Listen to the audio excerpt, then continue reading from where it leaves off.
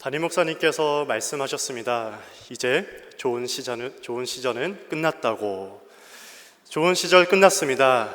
그러나 더 좋은 시절이 있는 줄 믿습니다. 하나님의 은혜와 평강이 뉴욕 기둥교회 성도님들에게 함께 하기를 원합니다. 한 교회에서 2번의 부임 설교를 하게 될 줄은 몰랐습니다. 이 부족한 사역자를 위해 관심을 보여주시고 기도해 주신 성도님들에게 감사를 드립니다. 앞으로도 담임 목사님의 목양을 도우며 하나님의 마음으로 성도와 교회를 섬길 수 있도록 계속해서 중보해 주시기 바랍니다. 오늘 본문은 마태복음에 등장하는 천국 비유 중에 한 본문입니다. 본문 1절은 이렇게 시작하고 있습니다. 천국은 마치 품꾼을 얻어 포도원에 들여보내려고 이른 아침에 나간 집 주인과 같으니. 오늘 본문의 배경으로 우리가 눈여겨봐야 할 한 단어가 있는데요, 바로 이 포도원이라는 이 단어입니다. 이 포도원은 구약 성경에서부터 이스라엘을 지칭하는 단어이었습니다. 하나님은 줄곧 이스라엘을 향한 자신의 선택, 바로 그 자신의 선택을 이 포도원으로 비유하곤 하였습니다. 때문에 일찍이 이사야 선지자는 이사야서 5장 1절을 통해서 이렇게 노래하였는데요. 나는 내가 사랑하는 자를 위하여 노래하되 내가 사랑하는 자의 포도원을 노래하리라. 바로 포도원은 이스라엘을 향한 하나님의 선택하심과 또 그 선택으로 인해 하나님 자신의 기쁨이 드러나는 표현이었습니다. 그러나 구약 성경에서 포도원은 우리에게 또 다른 이미지를 가져다 줍니다.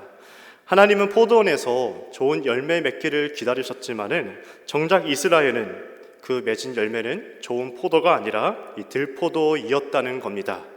이처럼 포도원은 하나님의 선택과 동시에 이스라엘의 좋은 열매를 맺지 못하는 그들의 강팍함, 불순종을 상징하는 표현입니다. 사랑하는 우리 뉴욕 기둥교회 성도 여러분은 모두 하나님의 선택을 받은 하나님 나라의 백성입니다. 하나님은 여러분들을 선택한 그 선택에 대해서 심히 기뻐하십니다. 하나님은 여러분들로 인해 그 기쁨을 이기지 못하십니다. 그러나 오늘 말씀의 배경으로 설정된 이 포도원은 우리에게 또 다른 경고를 던져줍니다. 내가 하나님의 선택된 백성임에도 불구하고 나는 좋은 포도를 맺는 포도원인가? 아니면 거칠고 아무 상품 가치도 없는 들포도를 맺는 포도원인가 말입니다. 오늘 이 천국 비유는 이스라엘뿐만 아니라 우리에게도 이 땅에서 좋은 열매를 맺는 포도원이 될 것을 요청하고 있습니다.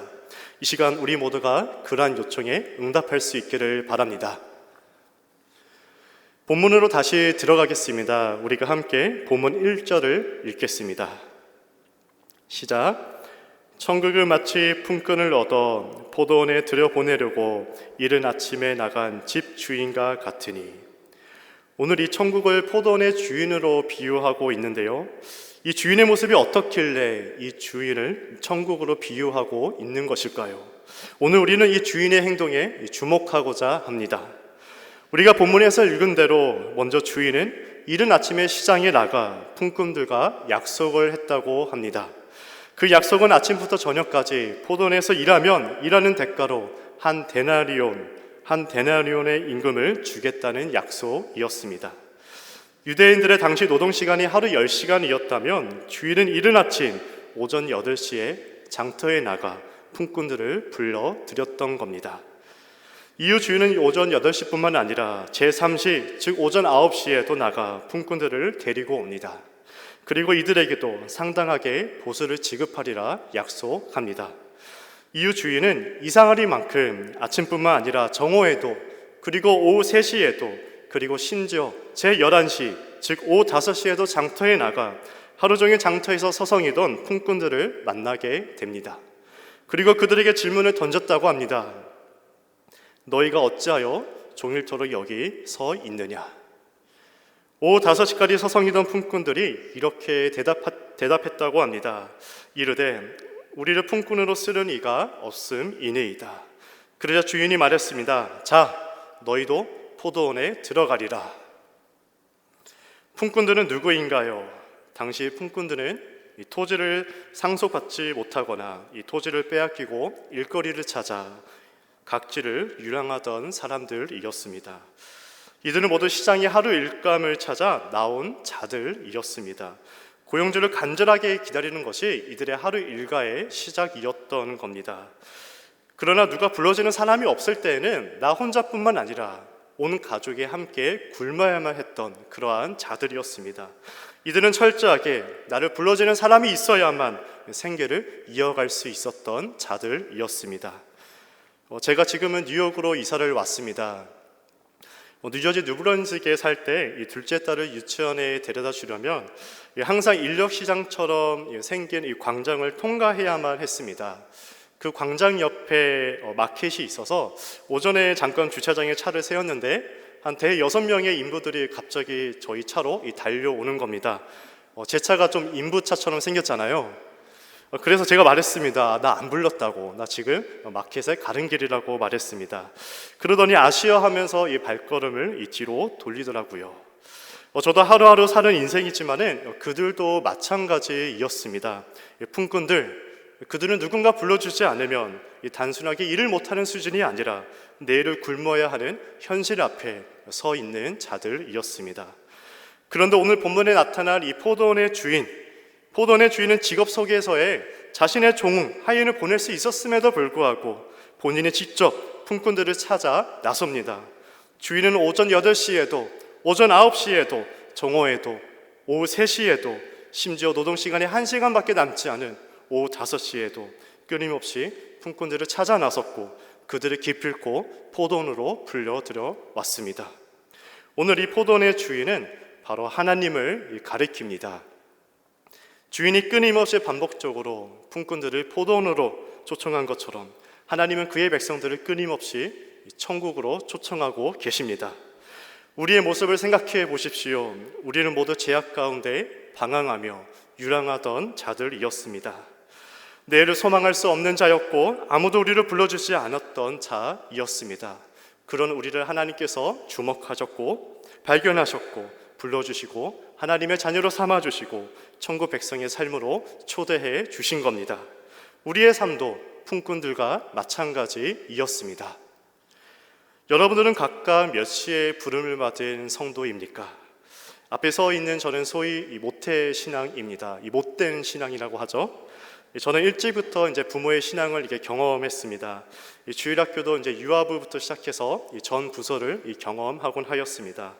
어쩌면 저는 이른 아침부터 부름을 받아 천국의 삶을 시작한 사람인 줄 모르겠습니다. 그러나 오늘 하나님의 관심은 이른 아침뿐만 아니라 오전 9시에도, 정오에도, 오후 1시와 3시에도, 그리고 심지어 오후 5시까지도 하나님의 관심이 머물러 있습니다. 천국의 모형인 교회 안에는 이른 아침에 부름을 받아온 성도들도 있지만 조금 늦지만 오후 1시나 3시에 인생의 중년에 뒤늦게 도착한 분들도 계실 겁니다. 그리고 심지어 오후 5시까지 인생에 아무런 소망이 보이지 않을 때까지 하나님의 부름을 받아 천국된 삶을 새롭게 시작한 분들도 계실 겁니다. 우리 교회는 몇 시에 관심을 두어야 합니까? 오늘 성경은 오후 5시 이후의 시간을 말하지 않습니다. 즉 그 말은 우리의 시선이 오후 5시에 있어야 된다는 겁니다. 오후 5시는 모든 기대가 절망으로 확실시되는 순간입니다. 더 이상 어떠한 희망이 보이지 않을 시간입니다. 우리 교회는 이른 아침에만 관심을 두는 교회입니까? 아니면 오후 5시까지 나아가 가난하고 소외된 자들, 영적으로 굶주린 자들, 아무런 희망조차 찾을 수 없는 사람들에게 또 하나님의 관심을 드러내는 교회입니까? 우리의 관심은 오후 5시까지 지속되어야 합니다. 오후 5시까지 끊임없이 은혜의 행동을 보이시는 하나님이 뉴욕 기둥교회 주인이십니다. 그런데 오늘 이 주인의 행동은 여기서 끝난 것이 아니라고 합니다. 우리가 다 함께 본문 8절부터 10절까지의 말씀을 읽겠습니다. 시작. 저물매 포도원 주인이 청지기에게 이르되 품꾼들을 불러 나중 온 자로부터 시작하여 먼저 온 자까지 삭을 주라 하니 제11시에 온 자들이 와서 한 데나리온씩을 받거늘 먼저 온 자들이 와서 더 받을 줄 알았더니 그들도 한 데나리온씩 받은지라. 사실 포도원 주인이 계속해서 이 품꾼들을 포도원에 불러들일 때만 해도 큰 문제는 보이지 않았습니다. 그러나 해가 질 무렵 이 품꾼들을 불러 모아서 이 셈을 시작하면서 이 문제가 나타나기 시작합니다. 주인은 오후 5시에 마지막에 온 자들부터 한 데나리온씩 임금을 주었다고 합니다. 나중에 온 자들이 한 데나리온씩 받으니 먼저 온 자들은 그들보다 더 많이 받을 것이라 기대를 했던 모양입니다. 그러나 주인은 냉정하게도 먼저 온 자들에게도 동일하게 한 데나리온씩을 나누어 주었다는 겁니다. 그러자 먼저 온 자들이 주인에 대하여 원망을 하기 시작합니다. 주인이여, 나중에 온 사람들은 1시간밖에 일하지 않았는데 하루 종일 수고하며 더위를 견딘 우리를 그들과 똑같이 대우를 합니까? 그렇게 주인에게 원망을 쏟아내었다고 합니다. 그러나 주인의 대답은 어떠했습니까? 본문 13절, 14절입니다. 함께 읽겠습니다. 주인이 그 중에 한 사람에게 대답하여 이르되, 친구여, 내가 내게 잘못한 것이 없노라. 내게 나와 한 데나리온의 약속을 하지 아니하였느냐? 내 것이나 가지고 가라. 나중 온 이 사람에게 너와 같이 주는 것이 내 뜻이니라. 오늘 이 주인의 행동에는 이 두 가지의 가치관이 대립되고 있습니다. 하나는 공로이고 하나는 은혜입니다. 공로의 관점에서 보면 일찍부터 일한 자들에게 더 많은 싹을 지불하는 것이 정상입니다. 노동의 길이와 더위 아래에서 수고한 값을 지불하는 것이 정상입니다. 그러나 하나님 나라의 핵심은 공로가 아니라 은혜입니다. 자격 없는 자도 포도원으로 초청받을 수 있는 것이고, 은혜를 받을 가치가 없는 사람에게도 은혜를 선포하는 것이 하나님 나라입니다. 주인은 1시간만 일한 노동자들이 그 시간에 대한 상만 받게 된다면 저녁 식사를 준비한 돈조차 없을 것이라는 사실을 주인은 알았던 것입니다. 사실 먼저 온 자들에게도 약속된 임금은 한 데나리온이었습니다. 주인은 약속한 대로 한 데나리온을 지급한 것일 뿐인데 이들은 주인의 은혜로운 행동에 불만을 표현하였던 것입니다. 우리가 때로 불평하며 원망하는 이유가 무엇입니까? 우리는 은혜가 공로가 되었을 때 우리는 원망하며 불평합니다. 사실은 먼저 온 자들에게도 은혜로 그들은 포도원에 온 자들입니다. 주인의 부름이 없다면 그들도 동일하게 하루 종일 굶어야만 했던 그러한 자들입니다. 그러나 이들은 주인이 불러준 은혜보다 자신의 능력과 결과에 집중했던 겁니다. 은혜가 공로가 되는 순간 그들은 불평하며 주인을 원망했던 겁니다. 사랑하는 우리 뉴욕기독교의 성도 여러분, 우리도 언제든지 이처럼 먼저 온 품꾼들과 같이 될 수 있습니다. 우리는 모두 하나님의 은혜가 아니고서는 살아갈 소망조차 없었던 자이었습니다. 하나님의 은혜로 우리의 신분이 변화되었고 하나님의 은혜로 일할 수 있는 직분까지 얻게 되었습니다.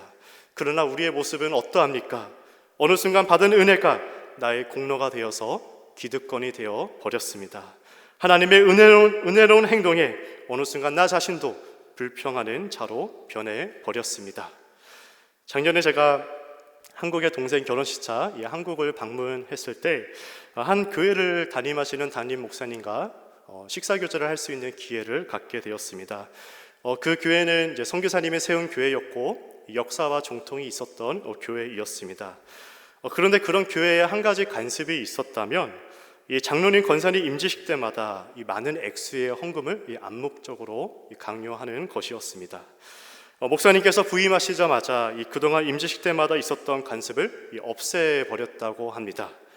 그래서 임지식 때 헌금 시간도 없었고 공식적으로 누구에게도 이 헌금을 강요하지도 않았습니다.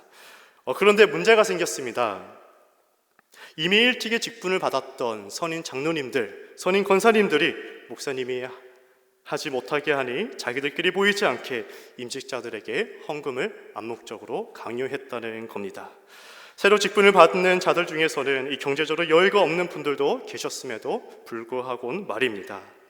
목사님께서는 교회 체제를 개선하는데 시간이 걸리시다면서 유학생인 저에게 이 감목사가 가장 행복한 시간을 보내고 있다 이렇게 말씀하시면서 식사 교제를 마무리하였습니다. 안타깝지만은 우리도 마찬가지죠.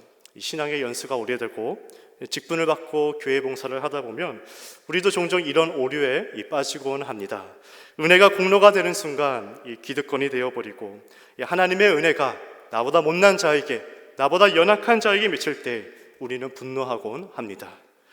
무슨 이야기지만은 한 번은 어느 교회 어느 집사님이 언성을 높였다고 합니다. 저희 교회는 확실히 아닙니다. 이렇게 이야기했다고 해요. 내가 이 교회에 와서 성찬식 때 마신 포도주가 몇 잔인 줄 알아? 너 세례 받은 지 2년도 안 됐지? 뭘 안다고 이래라 저래라 하는 거야? 이렇게 언성을 높였다고 합니다. 그 모습을 본 그 교회 목사님이 이렇게 하나님께 하소연을 했다고 합니다. 하나님, 저 사람은 예수님의 보혈을 마신 게 아니라 술을 많이 먹은 겁니다. 이렇게 하소연을 했다고 합니다. 아침 일찍부터 포도원에 온 품꾼들, 그들은 나중에 온 자들에게도 자기들과 똑같은 한 데나리온의 임금을 주는 주인의 은혜로운 행동에 불만을 표현했던 것입니다. 오늘 주인은 그들에게 단호하게 이렇게 말씀하고 있습니다. 우리가 13절 말씀을 함께 읽겠습니다. 13절 시작. 친구여, 내가 내게 잘못한 것이 없노라. 내가 나와 한 데나리온의 약속을 하지 아니하였느냐. 주인은 그들에게 친구라는 호칭을 사용합니다. 사실 마태복음에서 이 친구라는 호칭은 부정적으로 사용되는 표현입니다. 혼인잔치에 예복을 입지 않고 들어가기를 원했던 자들에게 임금이 무엇이라고 말했습니까? 친구여, 어찌하여 예복을 입지 않고 여기 들어오느냐. 예수님도 자신을 팔기 위해 찾아온 유다에게 이렇게 말씀했다고 합니다. 친구여, 네가 무엇을 하려고 왔는지 행하라. 친구여, 친구여. 이 성도는 결코 친구가 될 수 없습니다. 친구는 같은 이익과 이데올로기에 함께 묶이기 쉽습니다. 성도가 친구가 되니 이 고린도 교회는 이 바울파, 아볼로파, 베드로파, 그리스도파로 나뉘어지게 된 것입니다. 성도는 친구가 아니라 지체입니다.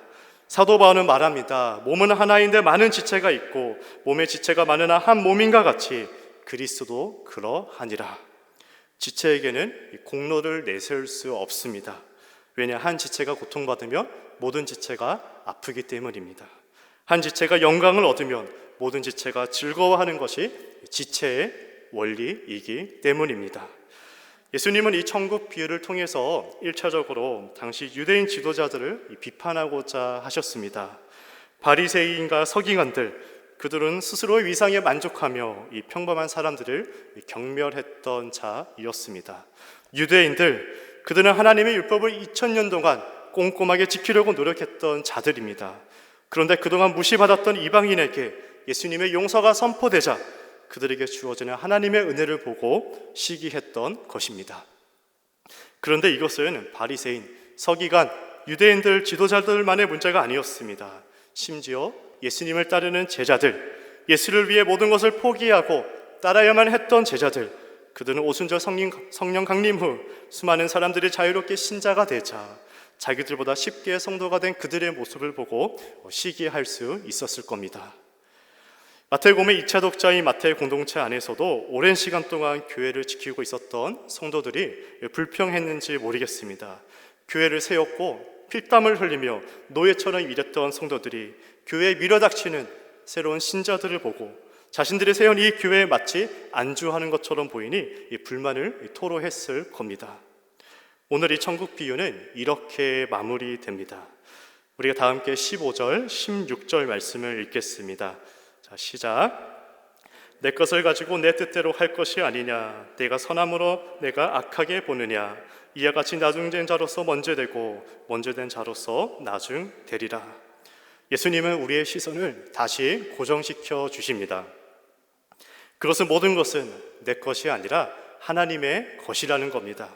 나의 부르심도 주님의 것이고 내가 받은 직분도 주님의 것이고 나에게 맡겨주신 직책도 내 것이 아니라 주님의 것이라는 겁니다. 주님의 것이기에 우리는 충성하는 것입니다. 우리의 헌신과 봉사는 주님의 부르심에 대한 감사와 감격의 응답이라는 겁니다. 우리는 모두 주인에 의해 부름을 받은 자들입니다. 부르심의 은혜를 기억하며 내가 처한 현실에서 감사 감격으로 응답해내는 충성된 제자가 되기를 주님의 이름으로 축원합니다. 기도하겠습니다.